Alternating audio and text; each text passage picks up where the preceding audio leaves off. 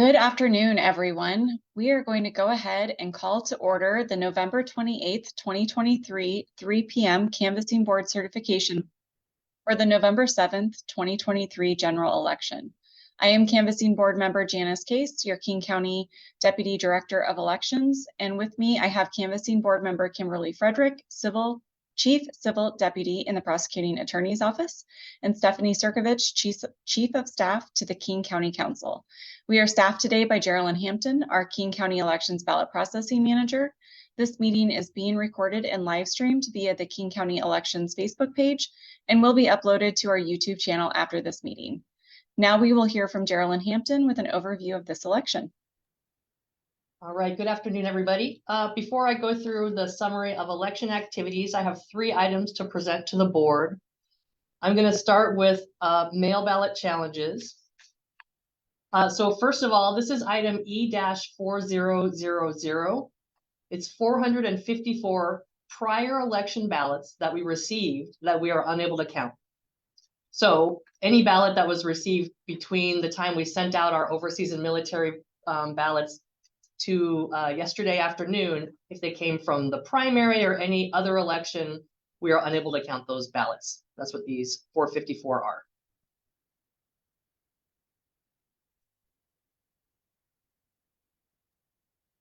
Kimberly. I move that we reject the ballots on that list. I second. All in favor? Aye. Aye. Next item is E-4001.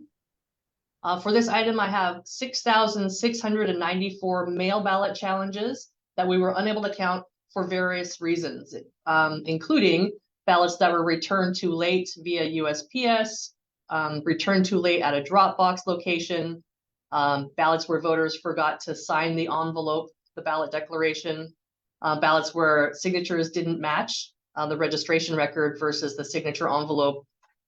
Those are the main reasons for these rejections. I move that we reject those ballots. Second. All in favor? Aye. Aye.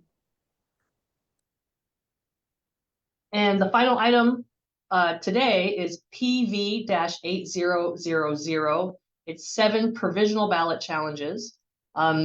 These 7 ballots, 6 of them came from people who were not registered to vote, who accessed our online ballot marking program, utilized our address lookup, where a voter can just put in an address and be presented with a ballot.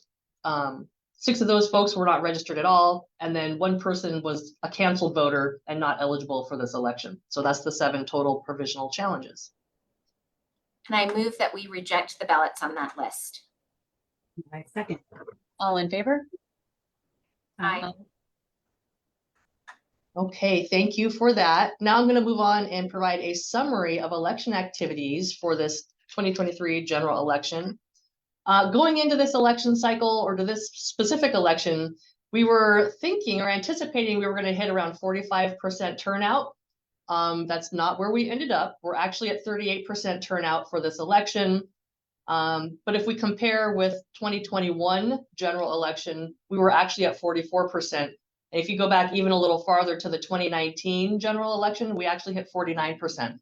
So we're actually lowest compared to these other 2 elections. The total ballots returned for this election was over 520,000 ballots, closer to 523,000 ballots. Dropbox activity for this round included all 78 boxes being open.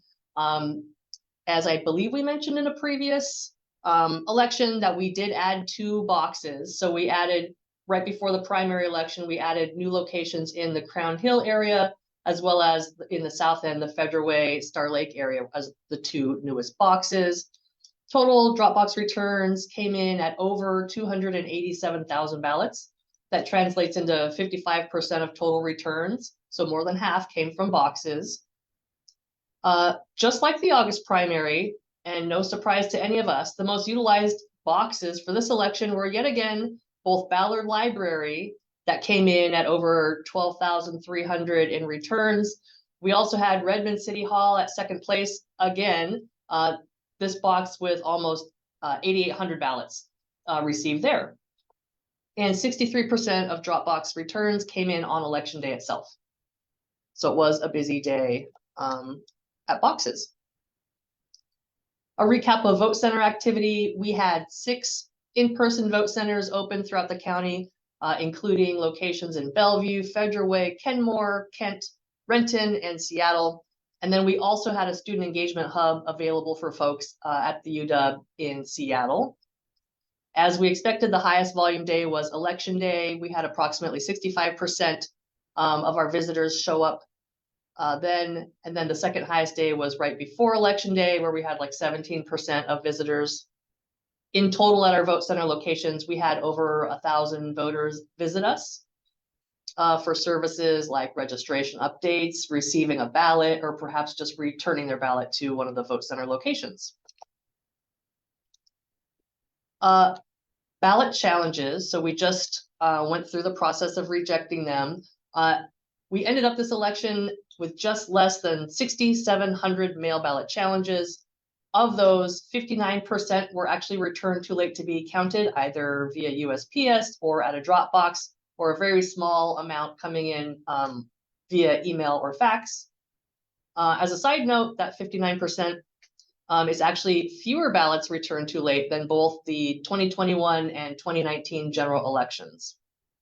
So although we had RTLs, fewer than the last 2 general elections, last 2 odd year generals, sorry. At certification today, we have under 2,800 signature challenges remaining. That is around a half of percent of our total returns. 58% of those voters who got initially challenged for a signature issue did in fact return a signature resolution form, which we use to help us cure and count their ballots.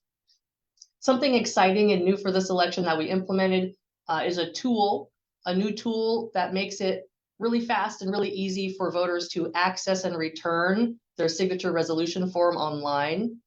So voters just log in with their name and their date of birth, follow the instructions in that application.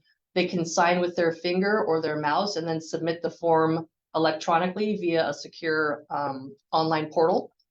This new method is in addition to the existing options of returning the paper form, via the mail, or taking a picture with their phone and returning it via email.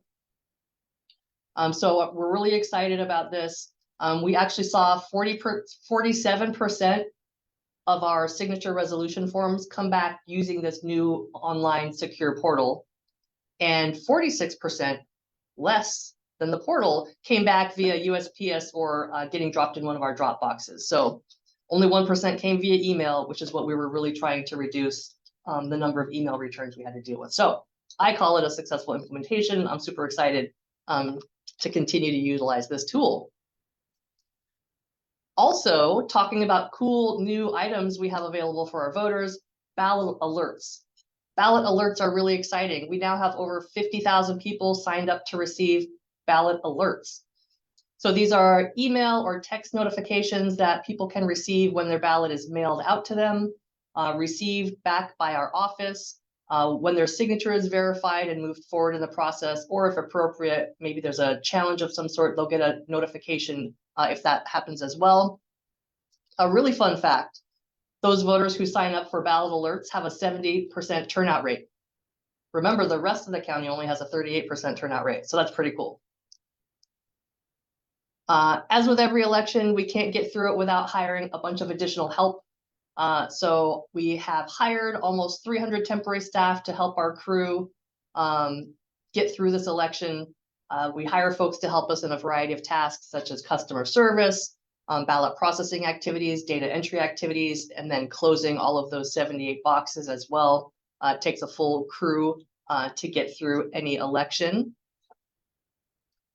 And then also a shout out goes out to our observer team. So I had 36 people come through and go through a 2-hour orientation on election observation, where they get a preview into the actual life cycle of a ballot, and we answer a lot of questions for them. They get to take a tour of the facility. So 36 folks went through training on this general election, and we had over 90 observer visits throughout the election cycle. So good participation there. Post-election audits. So every election, we conduct a post-election audit that's called a batch audit. This is a process where we randomly select 6 batches, equals to about 1,500 ballots or so. And we do a hand count of a randomly selected contest. And then we compare those hand count numbers for each of the 6 batches to the machine tabulated numbers that we get from the tabulation system to ensure that votes are being counted accurately. So we do this audit on Thursday of election week for every election. And for this round, we audited the director of election contest, and we had 0 discrepancies. For this batch audit activity, we had 4 observers present to witness the audit itself. We also do an additional audit, so another post-election audit that's called the risk limiting audit. So for this election, it was our 7th risk limiting audit that we've conducted. We conduct this one closer to certification. So this was done on Tuesday, the 21st of November. And a risk limiting audit is a little bit different. For this type of audit, we are selecting a random selection of individually voted ballots, not batches of ballots. And we're comparing each vote on the marked ballot against the tabulated votes. So this type of audit's intended to provide statistical confidence that the winner is really the winner. And this election, we conducted the risk limiting audit on director of elections. I did have someone pick numbers out of a hat for both of these audits, just so we know how the random selection happened. And again, we found 0 discrepancies. For this audit, we had only 1 observer present, but it was great that we did have observers for both of our post-election audits to watch us go through the process and to answer any questions that they might have.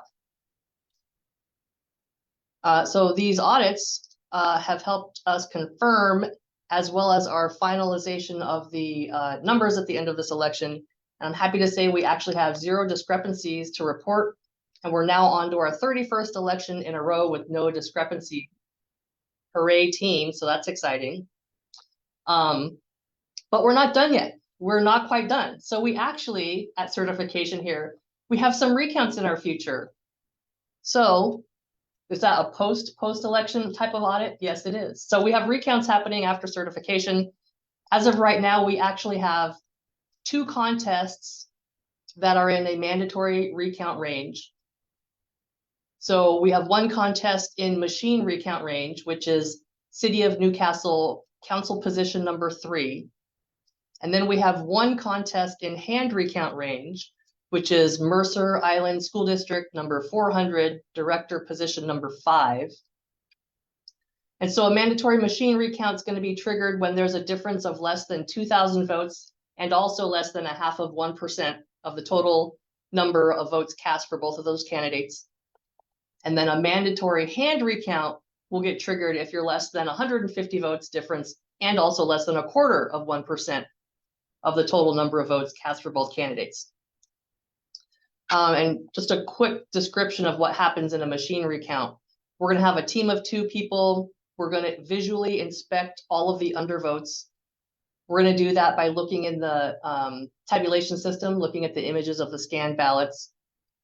And just to clarify, undervotes are where a voter decides not to mark any selection in a given contest. So sometimes people just don't vote in a contest. That would be considered an undervote. We're doing this inspection to ensure that they are true undervotes and that a vote for a candidate was not missed. In a hand recount, it's going to look very different. We're going to actually pull paper ballots out of their batches.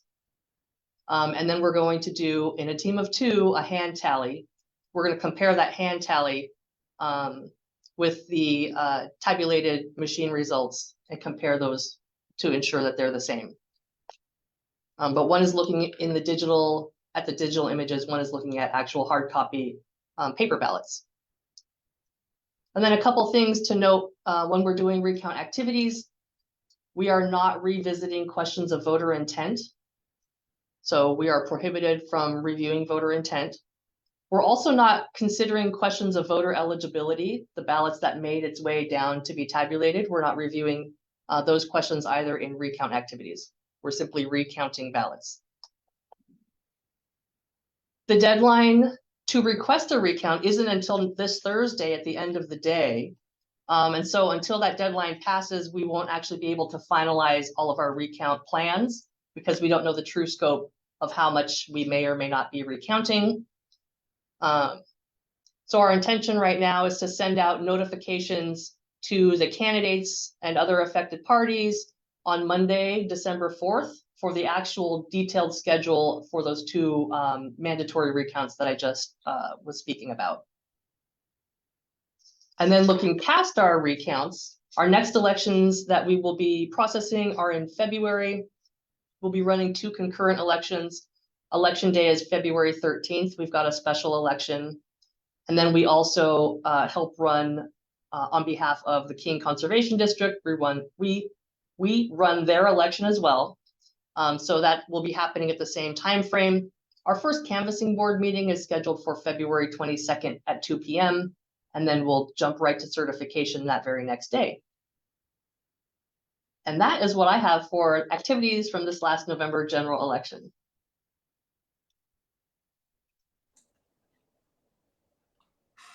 Thank you. Janice, I will now read you the oath of authenticity. It reads, I solemnly swear that the official returns and supporting documentation of the general election held on November 7th, 2023 in King County, State of Washington are true and correct. I do. Our next item is the certification of the canvassing board. It reads, the undersigned officers designated by law as constituting the canvassing board for the County of King, State of Washington, hereby certify that this is a full, true, and correct copy of the abstract of votes, including the number of registered eligible voters, cumulative results, precinct results, and report of votes cast at the general election held on November 7th, 2023 in King County, State of Washington. I do. I do. The board has certified this election. I'd like to thank the King County voters that turned out in this very important election. And I want to thank our very dedicated and truly amazing team here at King County Elections for yet another truly exceptional election. And also thank you to this canvassing board for your time and dedication. Is there any further business today? Not for me, no. This November 28th, 2023 certification meeting then is adjourned at 3:18 p.m.